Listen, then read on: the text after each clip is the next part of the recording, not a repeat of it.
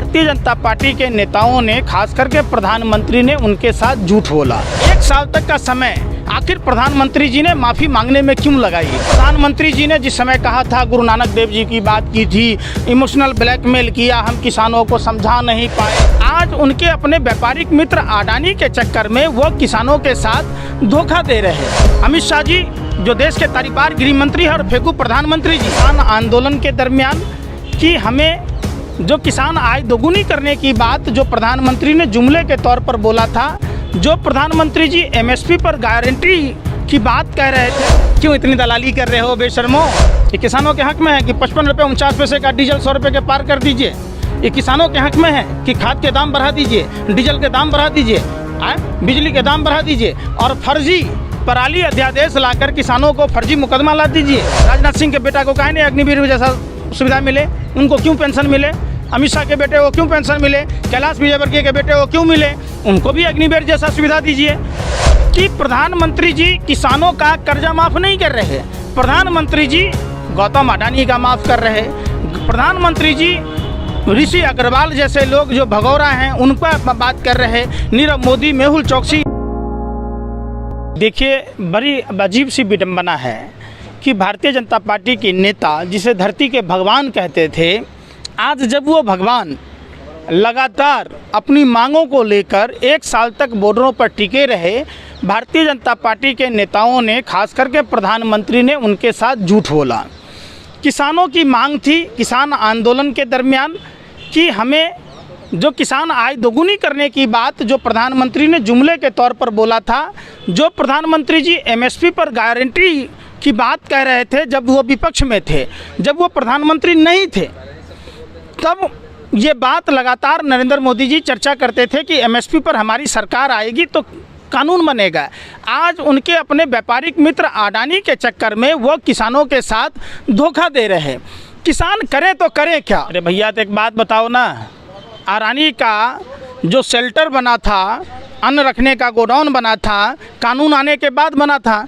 जब 5 जून को कोरोना में पूरा देश बंद था तो प्रधानमंत्री को चोरी चुपके से ये कानून, जिस समय पूरा देश बंद था, जहां मंदिरें बंद थी, मस्जिदें बंद था, गिरजाघर बंद था, गुरुद्वारा बंद था, तब ये लोकसभा के अंदर और राज्यसभा के अंदर ऑर्डिनेंस लाके कानून पालित करने की ज़रूरत क्या पड़ी? और फिर आप ये कह रहे हैं 1 साल तक का समय आखिर प्रधानमंत्री जी ने माफ़ी मांगने में क्यों लगाई? और 1 साल तो छोड़ दीजिए, अब 1 साल और होना है उसको इम्प्लीमेंट करने में। तो जो प्रधानमंत्री जी ने जिस समय कहा था, गुरु नानक देव जी की बात की थी, इमोशनल ब्लैकमेल किया, हम किसानों को समझा नहीं पाए, तो क्या वो जो किसान भाई हमारे जो देश के पालनहार अन्नदाता किसान भाई शहीद हुए, जिसे धरती के भगवान के तौर पर राजनाथ सिंह जी प्रोजेक्ट कर रहे थे, तो आज जब धरती के भगवान उनके आवास से चंद कदमों की दूरी पर आया तो उनके पास बैठ के बात करने का समय नहीं है। वो सिर्फ क्या मांग रहे हैं? वो याचना कर रहे हैं सरकार से कि हमको हमारा अधिकार दीजिए, हमारे कुछ शर्तों को मानिए। ये किसानों के हक में है कि 55 रुपये 49 पैसे का डीजल 100 रुपये के पार कर दीजिए। ये किसानों के हक में है कि खाद के दाम बढ़ा दीजिए, डीजल के दाम बढ़ा दीजिए, बिजली के दाम बढ़ा दीजिए और फर्जी पराली अध्यादेश लाकर किसानों को फर्जी मुकदमा ला दीजिए।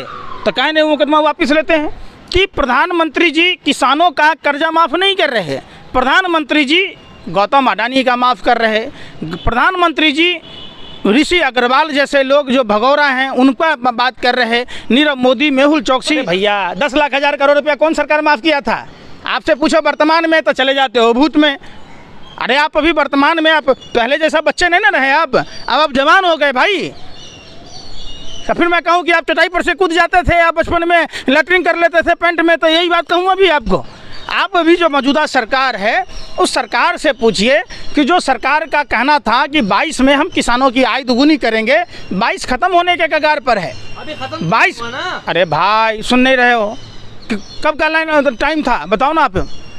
सरकार ने 2022 में सबको पक्का घर, सबको नल जल युक्त घर देने वाले थे, एलईडी बल्ब, रसोई गैस वाला मिल गया क्या? अभी चल रहा है ना सर, अभी कहाँ से? अरे लक्ष्मी देवी को तो दिला दो, क्यों इतनी दलाली कर रहे हो बेशर्मो? जो बंगाल के चुनाव में 24 लाख बेघर लोगों को घर देने की बात थी, जिसको ब्रांड एम्बेसडर बनाया था, उसका नाम लक्ष्मी देवी था, और वो उस समाज से आती हैं जो प्रभु श्री राम भव से सागर पार कराते हैं, उसको नदी पार कराने वाला केवट समुदाय की विधवा बहू कम से कम विधवा का तो सम्मान करना चाहिए, हैं? नारी का तो सम्मान करना चाहिए। बिल्किस बानो का सम्मान हुआ, लाल किला के प्राचीर से सम्मान हुआ है ये? अरे बेशर्मो, शर्म करो, क्या खाते हो आप सवाल बेतुका मत पूछा करो, सवाल सरकार से पूछो।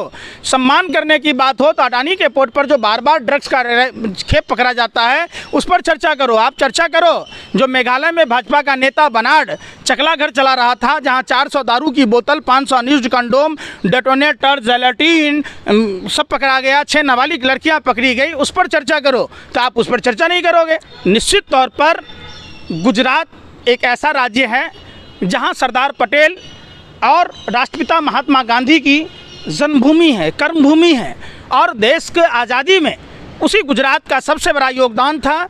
आज ये दो उसी गुजरात की धरती पर जन्म लेने वाले अमित शाह जी जो देश के तारीपार गृह मंत्री है और फेगू प्रधानमंत्री जी, सबसे पहले गुजरात के लोगों को जवाब देना होगा। वो बच्चे जो यतीम हुए, वो महिलाएं जिनका सुहाग गुजर गया, जिन भाइयों के किडनियां खराब हो गई, आंखों की रोशनी चली गई, आखिर प्रधानमंत्री के पास विराट कोहली के कुत्ता पर ट्वीट करने का समय है, अंबानी के पोते को देखने का समय है, लेकिन उसी गुजरात से आते हैं प्रधानमंत्री जी और गृह मंत्री जी। इसके बावजूद, गुजरात में रहने के बावजूद आज तक ट्वीट करके नहीं बोला कि जहरीली शराब का रैकेट गुजरात में, जहां शराबबंदी है, जहां राष्ट्रपिता महात्मा गांधी की जन्मभूमि है, सरदार पटेल की कर्मभूमि है, वहां इस तरीके की बातें अगर हो रही है तो किनके नाक के नीचे कौन कौन से लोग शामिल हैं, ये सवाल पूरा गुजरात ही नहीं पूरा देश पूछेगा। और पूरे भारत को दूसरी आज़ादी की लड़ाई की भूमिका फिर से गुजरात के। दूसरी आज़ादी, आज़ाद नहीं है भारत। अरे बेशर्मो, शर्म करो। देश के अन्नदाता किसान भाई आए हुए हैं, पीने का पानी तक नहीं जाने दिया जा रहा। ये आज़ाद भारत में होता है? बताओ, ये आज़ाद भारत में होता है कि एक गर्भवती महिला जिसके परिवार की हत्या कर दी गई, उस परिवार जिसके साथ गैंगरेप हुआ, उसके आरोपी को ढोल नगारा बजा के रिहा किया गया, माफ़ कर दिया गया, तो क्या ये आज़ाद भारत में होगा? ये आज़ाद भारत में होगा कि रुई का पुल बना था जो 24 घंटा के टेस्टिंग में नहर परियोजना ध्वस्त हो गई, सड़क टूट गई, बुंदेलखंड की सड़क टूट गई, मध्य प्रदेश की सड़क टूट गई, हवा में टूट गई, बारिश के 4-5 बूंदों में। आप तो ब्रिज को लेकर ही बैठ गए, विकास दिखता अरे भैया, विकास यही विकास है क्या? ये विनाश है। जहां अंग्रेजों का बनाया हुआ हावड़ा का ब्रिज आज भी विद्यमान है, आज वहीं नरेंद्र मोदी जी की सरकार में बनी हुई तमाम चीज़ें ध्वस्त हो चुकी है। अरे भैया, ये क्या हिपोक्रेसी है? जब बाहर के लोग आते हैं तो आपको दीवार बनाना पड़ता है। जितना अमिताभ बच्चन का दीवार नहीं फेमस हुआ है, उतना नरेंद्र मोदी जी की दीवार फेमस हो गई। चलो दीवार के पार चलें, झूठ के पार चलने वाली बात बन गई। आपको नहीं पता चला, जिस अहमदाबाद गुजरात की जो राजधानी है, जिसका नाम कर्नावती था, करोनावती कौन बनाया? बताओ, कौन गुजरात में शराब बेचवा रहा है? कौन ड्रग बेचवा रहा है? ड्रग का रैकेट बार बार आ रहा है। कहाँ जाली नोट के छापने की मशीन गुजरात में पकड़ी गई, उस पर चर्चा कर रहे हैं। किसके पोर्ट पर आ रहा है? अरे शाहरुख खान का बेटा कोडियल क्रूज जहाज में था, तब 5 ग्राम हेरोइन पर, 52 ग्राम रिया चक्रवर्ती पर नागिन डांस करने वाले आप लोग काहे नहीं अडानी के पोर्ट पर बड़ा चर्चा करते हो? कहाँ से आ रहा है, किसका है, कौन ला रहा है? ये तो शुक्र की बात है, 100 समझो कि 100 सोनार की, 1 लोहार की कभी कभी पकड़ा जाता है। इसका मतलब 99 बार आया होगा। ये देखो ना, 10 बार गुजरात में ड्रग्स का रैकेट का पर्दाफाश हुआ है, उस पर कोई चर्चा नहीं होती। प्रधानमंत्री को चिंता ही नहीं है कि हमारा देश ड्रग्स आखिर कौन सप्लाई कर रहा है, कौन है देशद्रोही, उस पर बात होनी चाहिए, तो वो बात ही नहीं हो पा रही। गुजरात में खेला भी होगा, खदेरा भी होगा। गुजरात जो लगातार भारतीय जनता पार्टी के चंगुल में फंसा हुआ था, जो गुजरात बदनामी के कगार पर पहुंच गया, आज अमित शाह और मोदी जी के जोड़ी ने, इस रंगा बिल्ला की जोड़ी ने पूरे गुजरात को ही बदनाम नहीं किया, भारत की पूरी छवि को धूमिल किया। अब गुजरात के लोग छवि सुधारने का काम करेंगे, गांधी और सरदार पटेल के रास्तों पर वो चलने का काम करेंगे। निश्चित तौर पर जानबूझकर, जब अजय मिश्रा टेनी ने खुद कहा था कि पहले का हमारा इतिहास जान लीजिए, हम पहले कितने बड़े गुंडा मवाली थे, उसका बेटा उसी सत्ता में मनमंथ होकर, नशा में चूर होकर किसानों को जानबूझकर रौंद दिया था। ये तो वीडियो सोशल मीडिया का कमाल था, जो वो घटनाएं प्रकाश में आई, और उसके बावजूद आज तक पीड़ित किसान परिवारों को कोई मुआवजा नहीं मिला। आपने मनोहर लाल खट्टर का भी बयान सुना होगा कि 150 लठैत तैयार करो, किसानों पर हमला करो, जेल जाओ, बड़ा नेता बनो। किस तरीके की बयानबाजी की गई, किस तरीके से किसानों को गाली दी गई, वो पूरा देश नहीं पूरा विश्व ने देखा है। और भारत की छवि धूमिल करने का काम भारतीय जनता पार्टी के लोगों ने किया।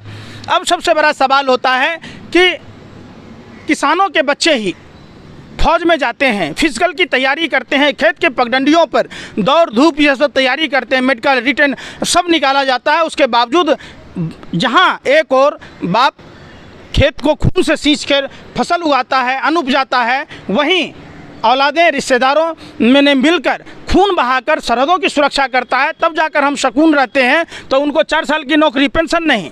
तो एक बात, अरे सुन तो लो, राजनाथ सिंह के बेटा को काहे नहीं अग्निवीर जैसा सुविधा मिले, उनको क्यों पेंशन मिले? अमित शाह के बेटे को क्यों पेंशन मिले? कैलाश विजयवर्गीय के बेटे को क्यों मिले? उनको भी अग्निवीर जैसा सुविधा दीजिए। अगर अग्निवीर अच्छा है तो क्यों उनको बार बार विधायक का चुनाव लड़ते? वो भी 4 साल के बाद ख़त्म हो जाएं तो वो उस पर चर्चा नहीं करोगे? हम शुरू से ही देश के हर वर्ग के लोगों से, हर जाति के लोगों से, हर धर्म के लोगों के साथ खड़े हैं। जो भारत का नागरिक है, जो अपने आप को सिर्फ 2 जाति मानता है, स्त्री और पुरुष, जो अपने आप को इंसानियत धर्म को मानता है, हम उन सभी पीड़ित लोगों के साथ खड़े हैं। जब तक हमारी सांसें चल रही है तब तक हम उनके साथ खड़े हैं। निश्चित तौर पर हम गांधी और बुद्ध के देश में रहते हैं। गांधी और बुद्ध ने जो संदेश दिया है शांति का, अहिंसा का, हम उस रास्तों पर चलते हुए सरकार का लगातार विरोध करेंगे। निश्चित तौर पर आपने देखा होगा, गांधी के बताए रास्तों पर ही चलकर भारत ने आज़ादी पाई है। वो भी उस मुल्क से जो मुल्क 2-2 विश्व युद्ध का विजेता था, वहाँ गोरे अंग्रेज़ों को खदेड़ने का काम गांधी के सिद्धांतों के बदौलत ही हम आज आज़ाद हैं। तो आपने देखा कि निश्चित तौर पर आज हमारे किसान भाई भी, देश के पालनहार अन्नदाता किसान भाई, धरती के भगवान आए हुए हैं। हम सभी उनके स्वागत में वहाँ खड़े थे और उनके साथ थे और रहेंगे।